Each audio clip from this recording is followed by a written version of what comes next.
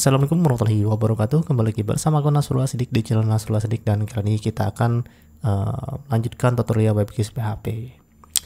Ya, sebenarnya bukan melanjutkan sih, tapi ini tambahan aja. Kebetulan ada beberapa pertanyaan yang masuk. Yang intinya adalah bagaimana caranya agar ada level user di WebGIS PHP. Ya, jadi untuk keperluan tersebut aku akan bikin konten ini untuk menambahi aja lah. Karena aku rasa cukup penting juga untuk membahas hal tersebut. Meskipun sebenarnya kalau kalian cari di konten yang lain, ya mungkin ada aja gitu yang bahas yang sejenis itu. Tapi tahu apa? Kita langsung aja deh ke intronya.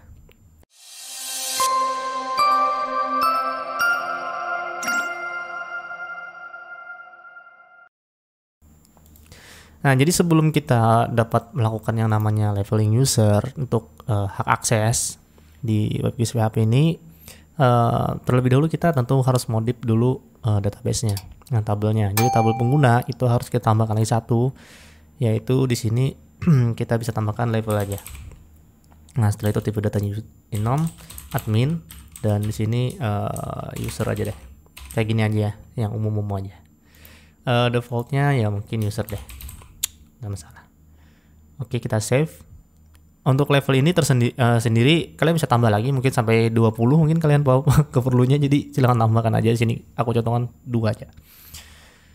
Nah, setelah di sini kan kita dapatkan levelnya admin dan user. Nah, sebenarnya untuk keperluan ini aja sudah selesai sih. Codingnya nanti kita akan coba dan langsung. Tapi di sini kalau hanya cuman sekedar ini aja sih gak terlalu sebentar amat nanti tutorialnya. Kayaknya sih, meskipun aku tidak bisa prediksi juga berapa menit. Tapi sekalian aja deh. Jadi untuk kata sandinya kita update juga. Sebelumnya varchar-nya 32, sekarang kita masukkan jadi 150 deh. Kenapa? Karena nanti di sini kita akan menggunakan password hash dan metode password verify untuk loginnya. Jadi kan ada yang diubah. Jadi pertama-tama kita akan menggunakan password hash dulu dan password verify-nya. Untuk itu di sini kita bisa lakukan updating data untuk kata sandinya. Jadi untuk password hash ini adalah untuk mengenkripsi kata sandi kita. Jadi di sini kita akan ganti kata sandi kita. Password hashnya kita tadi 123456 ya. Nah, setelah itu kita akan ganti dengan password hash biar kita enkripsi. Di sini untuk algoritmanya kita password default aja. Jadi nanti aku kasih juga linknya untuk sini. Nah, password default, setelah itu kita bisa echo. Oke, bukan di bawahnya. Ini untuk mengetahui aja passwordnya berapa. Nah, ini adalah passwordnya yang sudah dienkripsi. Dan isi teksnya adalah 123456. Ini bukan dienkripsi, jadi hash. Jadi bedanya antara enkripsi dan hash itu ya, kalau hash itu dia one way, jadi satu langkah aja. Nggak bisa untuk di decrypt. Nah, jadi untuk kata sandinya kita update di sini. Nah, kayak begini.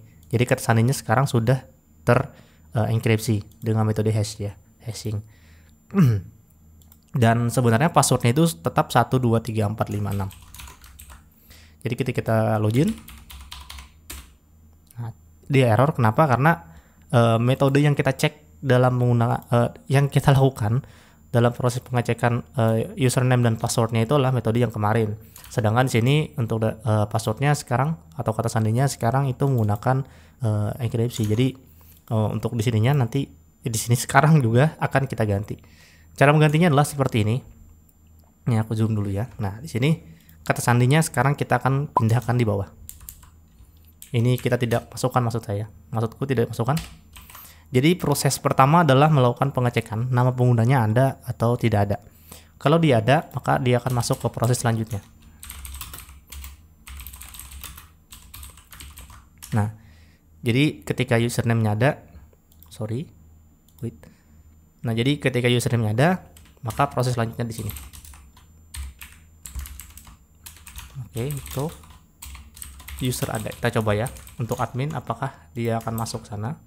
Admin 123456. Nah, user ada. Berarti kita sudah proses cek bahwasanya nama penggunanya ada. Nah, untuk melakukan password hash tadi di sini adalah untuk menyimpan ke dalam database. Sedangkan untuk melakukan login, di sini ada caranya menggunakan password verify, dan cara kerjanya adalah kita memerlukan kata sandi yang tersimpan di dalam database. Setelah itu kita kita cocokkan dengan kata sandi yang kita inputkan. Jadi di sini kita ambil dulu hashnya. Di sini kita copy ya, copy. Nah, usernya ada. Jadi di sini hashnya adalah password yang tersimpan dalam database. Jadi yang kita lakukan di sini adalah mengambil datanya. Di sini data get one. Oke, jadi langsung aja kita ambil sini data, yaitu kata sandi ya. Oke, kata sandi. Oke, kita echo dulu hashnya. Nah, di sini kita sudah dapatkan passwordnya, kata sandinya ini, ya. Jadi sekarang tinggal kita cek menggunakan cara password verify. Jadi hashnya adalah kata sandi. Oke. Setelah itu password verify-nya di sini adalah teks yang kita masukkan, yang kita ketikkan. Di sini adalah kata sandi yang kita ketikkan. Jadi sini kata sandi. Setelah itu hashnya apa dibandingkan oleh coding ini. Setelah itu ketika dia valid maka password is valid. Nah, jadi kalau kita masukkan passwordnya benar, kalau salah dia password invalid, dan kalau benar. Nah, ini adalah salah satu metode untuk keamanan login ya. Mau dipakai yang enggak, kalau yang pakai kemarin juga enggak masalah sih. Tentunya nanti kalau kalian pakai yang kemarin untuk kata sandi silakan untuk diganti dengan yang biasa kayak gini. Tapi kalau yang kalian pakai coding loginnya sekarang, maka kalian perlu pakai yang kayak gini. Ya bebas sih, ini hanya opsional aja untuk menambah durasi video aja. Oke, setelah itu ketika kita sudah melakukan verify passwordnya, kita langsung aja masukkan ini. Nah, di sini password verify kita letakkan sini untuk coding session kita. Dan password invalidnya kita masukkan apa? Kita masukkan informasi yang mirip dengan ini. Nah, loginnya false. Set infonya ini. Oke, setelah itu kita tetap redirect di bawah sini. Nah, jadi codingnya dimodif jadi seperti ini. Kalau sebelumnya kita ketika login itu langsung nama pengguna dan kata sandi langsung kita cek ke dalam cek dengan database. Dan sekarang metodenya adalah kita cek nama pengguna dulu, setelah itu kita verify password yang kita masukkan dan dicocokkan dengan ke database. Jadi ada dua langkah bisa dibilang seperti itu. Dan kalau kalian langsung juga nggak masalah sih, caranya ya bebas kalian implementasikan, tapi ini hanya tambahan aja gitu. Oke, semoga bisa dipahami ya. Kita coba lagi untuk login. Oke, tidak bisa. Keluar dulu. Oke, admin. Oke, tidak bisa. Oke, tidak bisa login. Di sini form loginnya kok tidak muncul ya?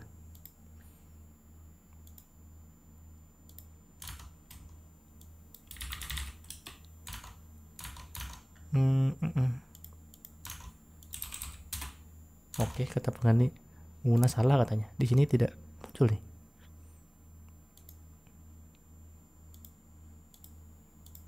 Oke, dari dulu. Ini tidak bisa ternyata untuk loginnya. Nah, di sini error nih. Set info logged. Oke, di sini salah. Pantas saja salah. Ini benar di atas ini, maaf ya.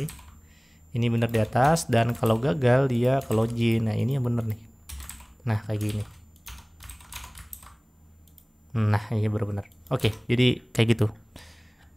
Nah, setelah kita selesai seperti ini, tinggal di database ini user. Sekarang kita jadi admin. Oke, admin 1 2 3 4 5 6. Oke, kita login dan sekarang master data usernya belum ada sini ya. Ya sudah, kita input manual aja di sini. Untuk passwordnya kita juga pakai yang ini. Insert admin, user aja. User passwordnya sama 136 dan levelnya user. Nah, jadi sekarang kita punya dua data, admin dan user. Nah, sekarang tinggal kita bagaimana melakukan levelnya tadi. Untuk levelnya kita pakai cara yang standar aja. Nah, di sini kalau kita cek ya, kalau dia passwordnya benar, di sini sessionnya adalah ID pengguna, nama pengguna yang disimpan. Sekarang karena kita mau cek level, tinggal kita tambahkan level aja. Ini set level datanya level. Nah, jadi otomatis ketika kita login ada session untuk meregistrasi bahwasanya ini loh yang user yang login itu levelnya ini.